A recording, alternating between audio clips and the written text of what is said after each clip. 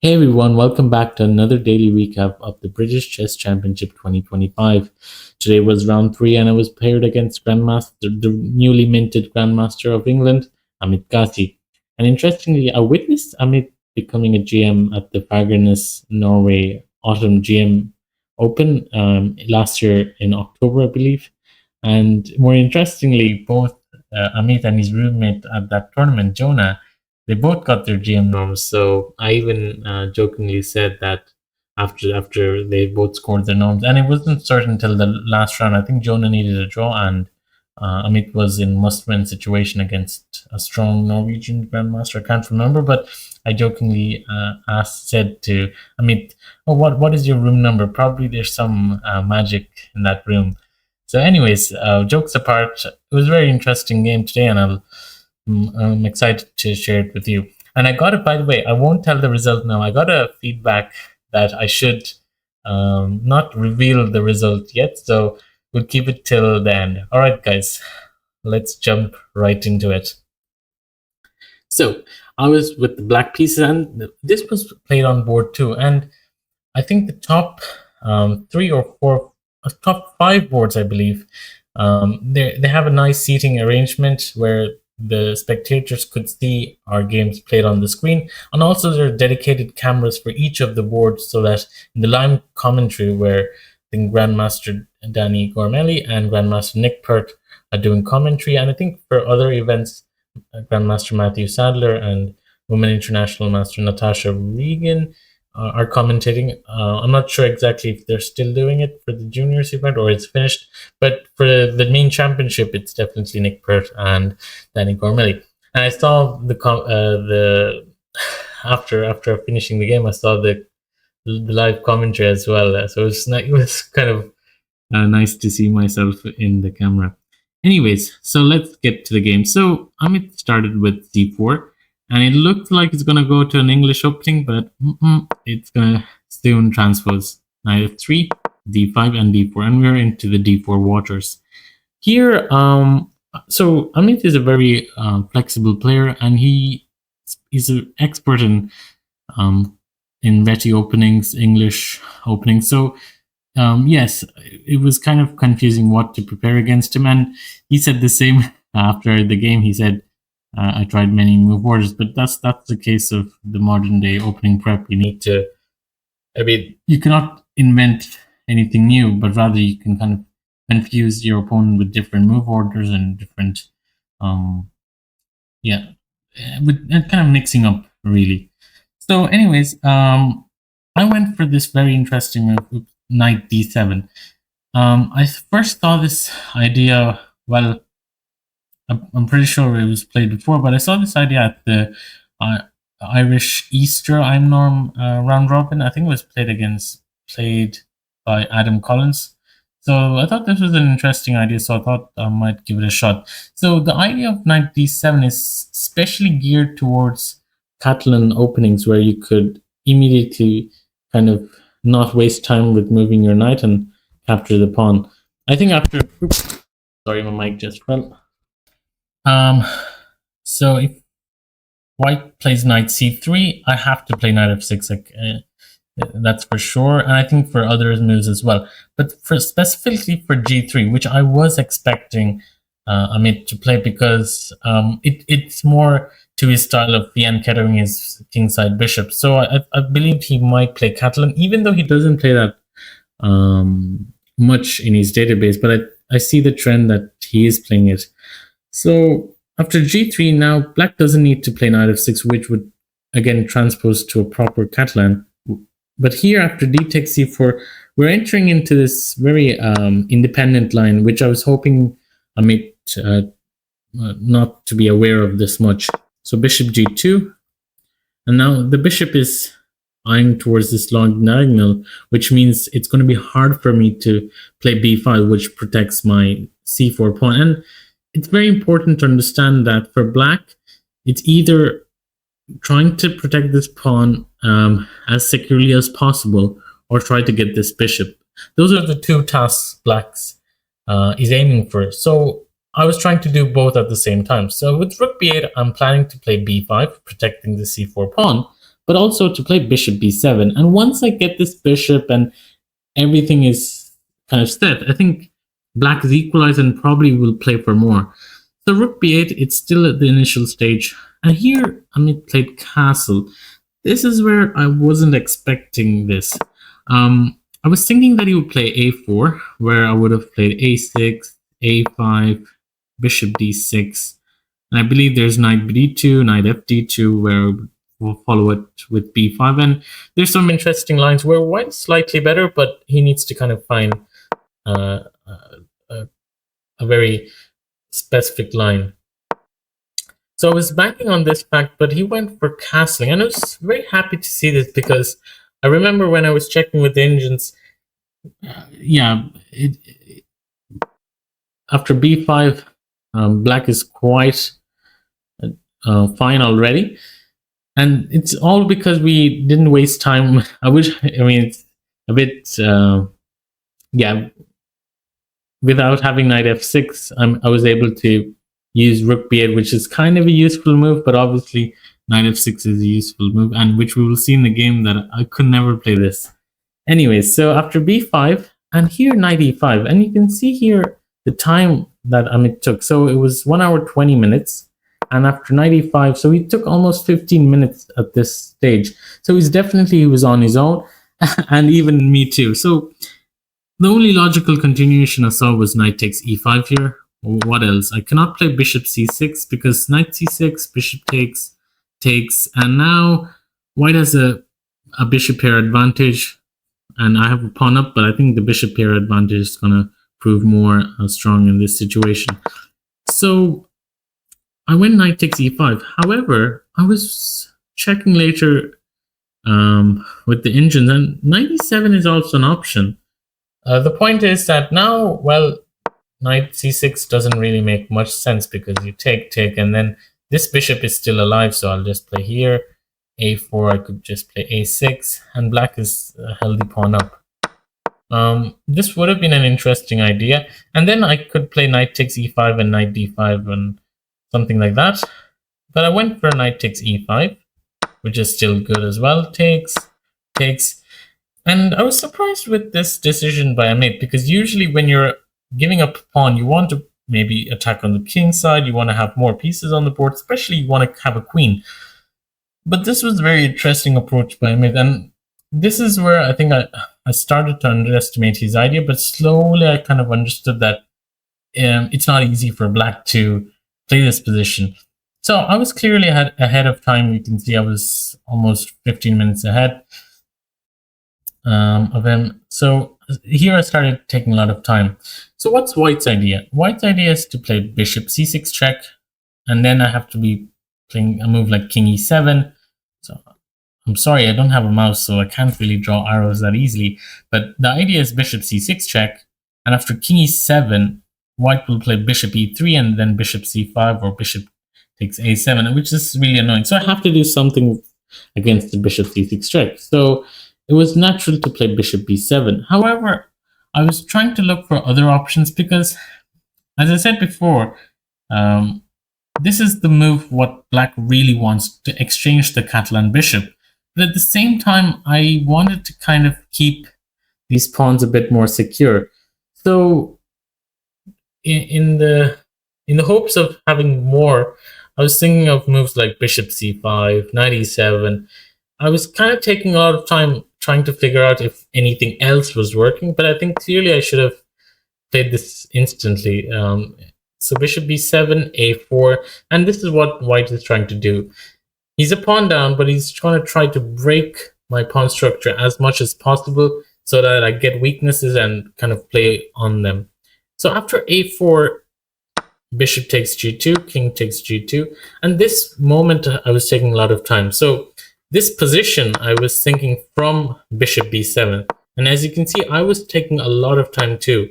So bishop b7 was 15 minutes, then another 15 minutes. I'll tell you why I took a lot of time, because I think in such queenless endgames, there's so many good-looking options that it's going to be hard to understand which is the best. And all of them will have very independent consequences. So we cannot say that, oh, these two options would lead to the same outcomes. No, it would be very different. So I was trying to be sure what type of outcome I wanted to have. So I went for a6. Initially, I thought I'll just play b4, and I was talking with Amit as well, and he was kind of afraid that after b4, so I thought after b4 he would play rook d4 and kind of snatch this pawn, but I was thinking of c3 takes b3, and when I was assessing this position, I thought this pawn on b3 is not going anywhere, and probably this rook will go to c4, put pressure on c7, and at some point white will play knight d2, rook b1. Sorry again, my mic is dropping off. So yes, I was saying the knight goes to d2, rook b1, and b3 at some point will drop. So I was not so happy with this idea, but Amit was saying he would have been unsure at this point, but he was saying bishop e3, where I was thinking of playing c5, but I think it makes sense. Then maybe rook c1, but then again c3, and this could be interesting. But yeah, this is, oh, not sure. Ancients are still saying it's +1, but I can't figure out a way for white to unravel this. Oh, we can just play rook d1 perhaps.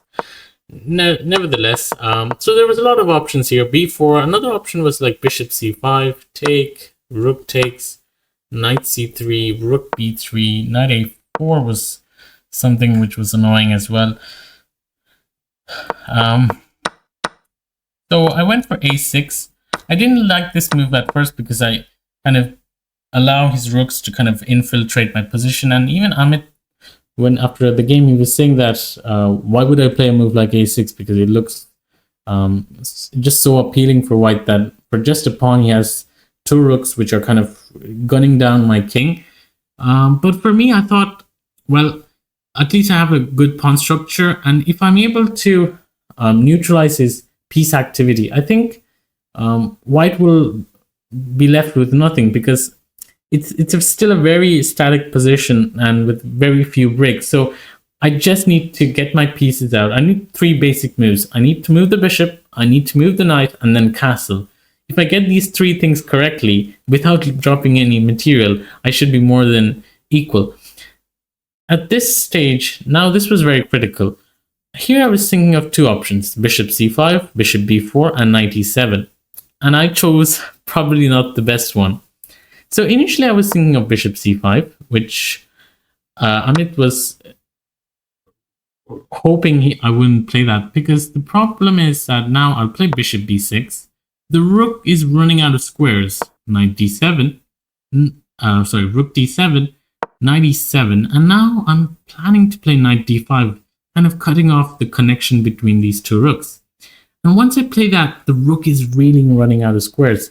But what I thought was, after knight c3, hey, I cannot go knight d5 because knight takes d5, king takes d5, knight takes b7, discovery check, and wherever I move, probably the rook comes in or the bishop comes in, and white is clearly an exchange up. But Amit pointed out correctly that I had king c7, and probably I'm pressing here at this stage, or not sure what's the best move. Oh, maybe knight takes c4, pawn takes, and yeah, this is not what white wanted. So, okay, probably I'll keep this mic here. So, so knight e7 and knight c3 and knight d5 would have equalized on the spot. But I missed this point that I could play knight e7, knight d5 idea.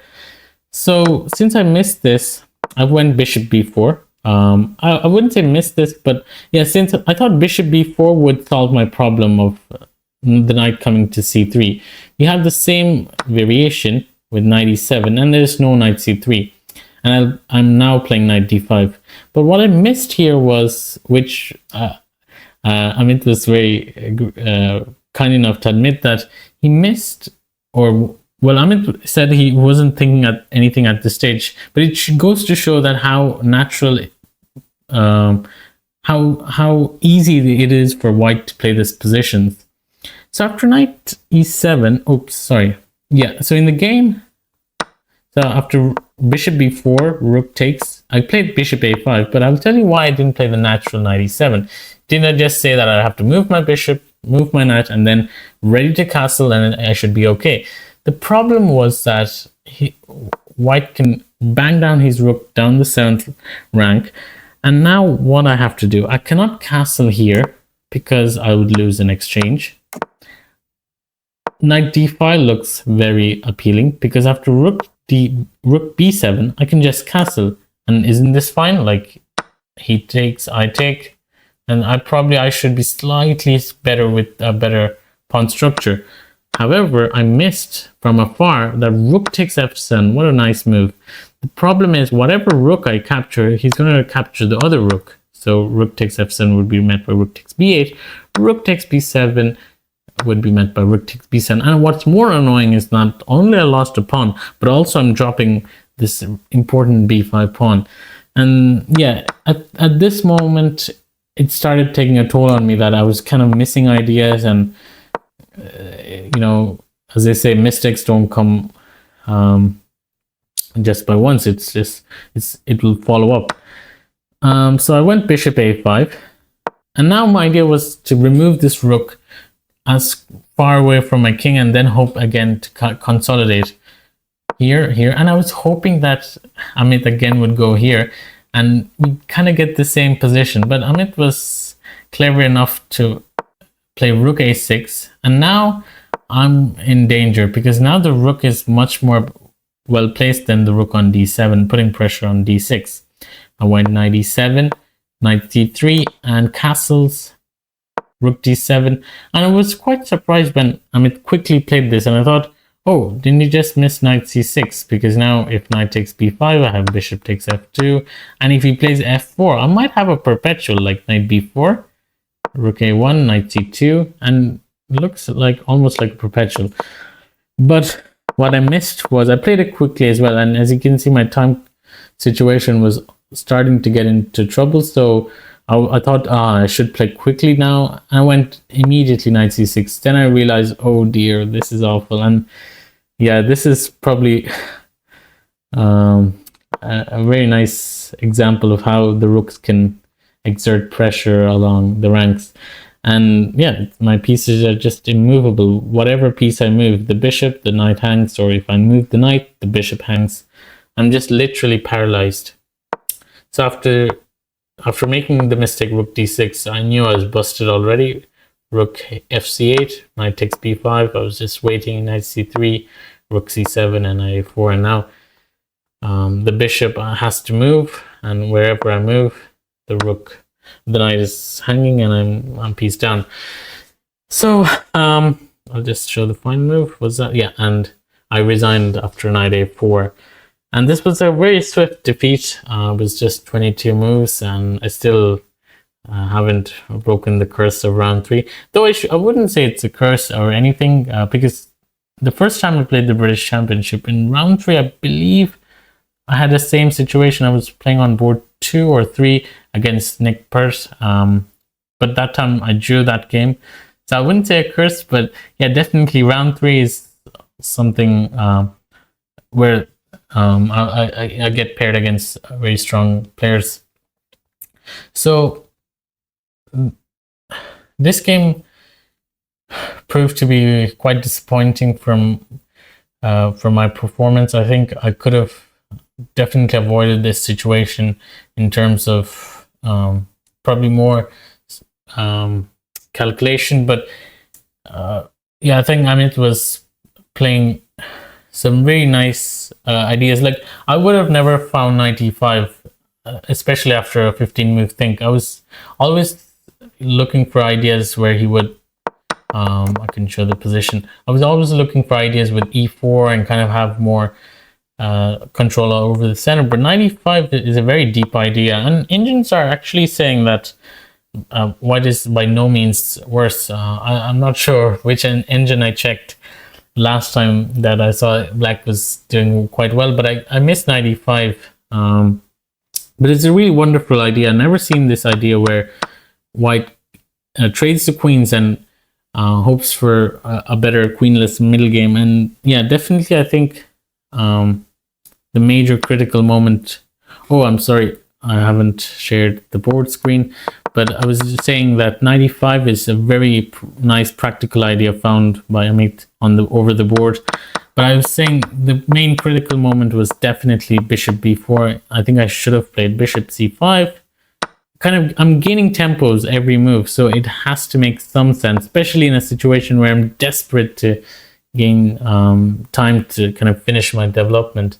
And then, yeah, I can tell you, yeah, even bishop a5 is probably okay, but yeah, 95 I should have found, and this would have been nice.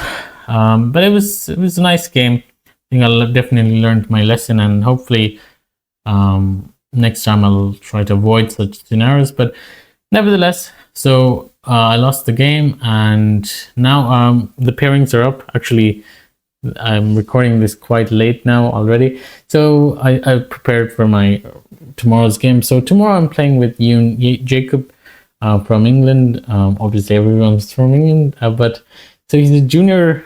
He was a strong junior player, I believe. So I think he's just 2 years younger than me. So it's going to be interesting. It's almost like my generation player, not like Ameet, but it's going to be interesting with the white pieces. I'm playing on board 15. Still 6 more games to go, I believe. So a lot more action to happen. Thanks guys for watching, and I guess this is a longer video than usual, but I hope you stayed till then, and thanks for watching and wish me luck. Thanks guys. See you. Bye bye.